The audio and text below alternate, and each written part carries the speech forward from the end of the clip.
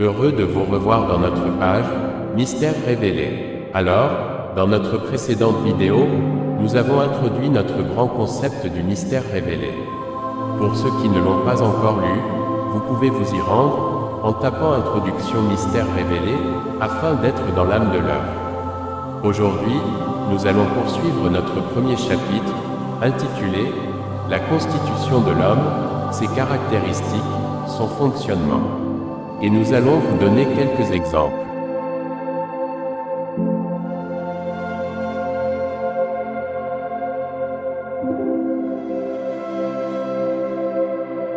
Alors, nous savons tous que l'homme en général est constitué d'un esprit, d'une âme et d'un corps. Mais alors, comment cela est-il organisé pour former cet être fini? Premièrement, nous avons l'esprit. L'esprit se caractérise par la parole. Jean 6 verset 23b du livre Louis II dit « Les paroles que je vous dis sont esprit et vie, dit notre Seigneur Jésus ». Dans un autre chapitre, nous allons parler de la vie et expliquer le lien qu'elle a avec l'esprit dans cette portion de l'Écriture. Concentrons-nous premièrement de l'esprit. Alors, l'esprit, c'est sa parole. Or, la parole en général est par définition une association diversifiée de lettres alphabétiques formant un mot ou un groupe de mots se référant par une phrase ou un groupe de phrases qui sont admissibles ou inadmissibles du son au travers l'ouïe et visibles de l'écrit au travers de la vue. L'âme, quant à elle, se caractérise uniquement par l'ordonnance. En d'autres termes, l'âme, ce sont ses ordonnances. L'ordonnance étant ici une mesure à suivre de façon obligatoire en vue de pallier la cause pour laquelle elle est sortie. Nous constatons l'énorme lien qu'il y a entre l'esprit et l'âme.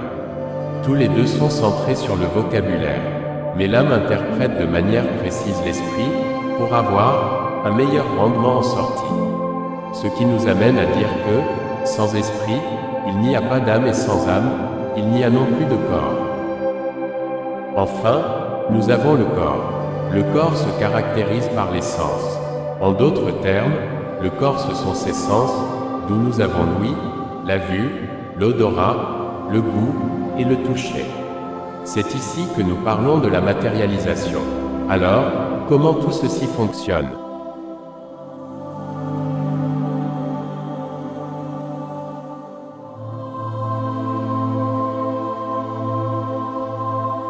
Retenez que l'esprit qui est la parole est le dresseur de l'âme, et l'âme celui du corps.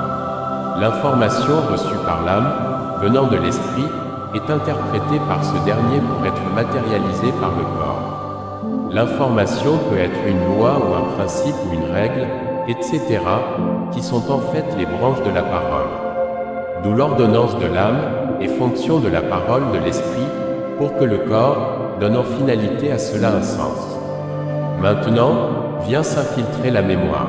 La mémoire est matérialisée par le cerveau, qui est en fait la pièce mère du corps, étant l'intermédiaire entre les informations apportées par les sens à l'âme, en fonction de son environnement, afin que l'âme apporte sa décision finale. Cette alchimie engendre ce qu'on appelle le raisonnement ou la pensée.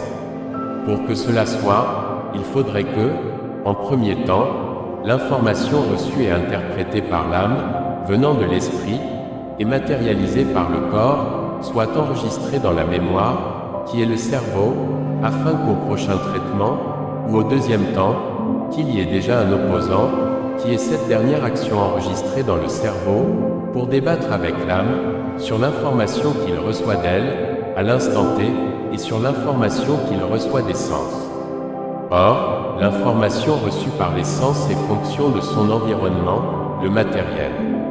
Et nous voyons par là que les sens s'opposent à l'âme par le matériel, et l'âme s'oppose au sens par l'esprit. Ce qui entraîne ce grand débat en soi, qui est le raisonnement ou les pensées. Tout ceci, engendré par la présence de la mémoire. Mais alors, l'erreur que l'âme ne doit pas faire, c'est de se laisser vaincre par les sens. Car ce ne sont pas les sens qui font l'âme, mais c'est l'âme qui fait les sens. Malheureusement, cela est fait, et ce qui se présente sous forme du péché. L'âme a vendu son droit d'aînesse au corps et est maintenant soumise au désir des sens, qui est la naissance de la chair.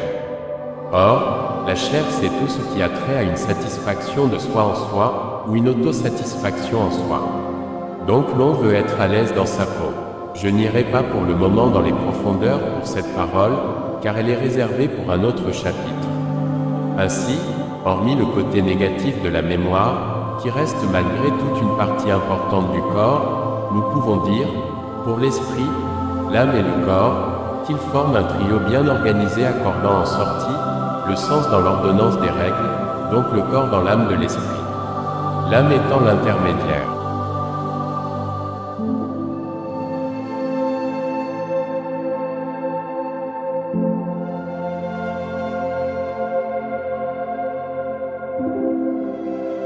Pour vous faire comprendre cela plus clairement, retenez tout d'abord que le chiffre 3 est un chiffre qui régit l'existence. Toute chose qui se voit existante est soumise à un trio. C'est la loi de l'existence qui a été octroyée par notre Créateur.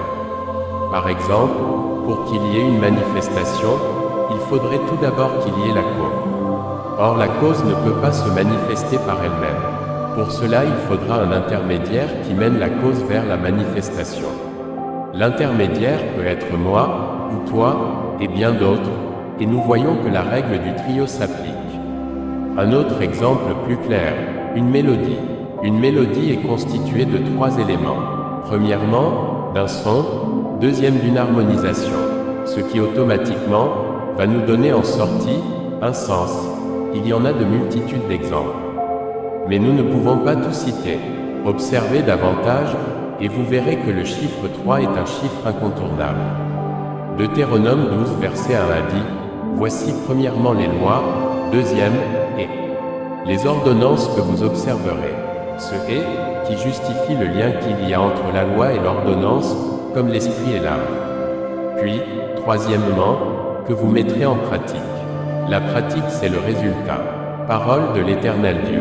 Alors mes frères et sœurs, c'est tout pour aujourd'hui. Et surtout, n'oubliez pas de liker, de vous abonner et de partager.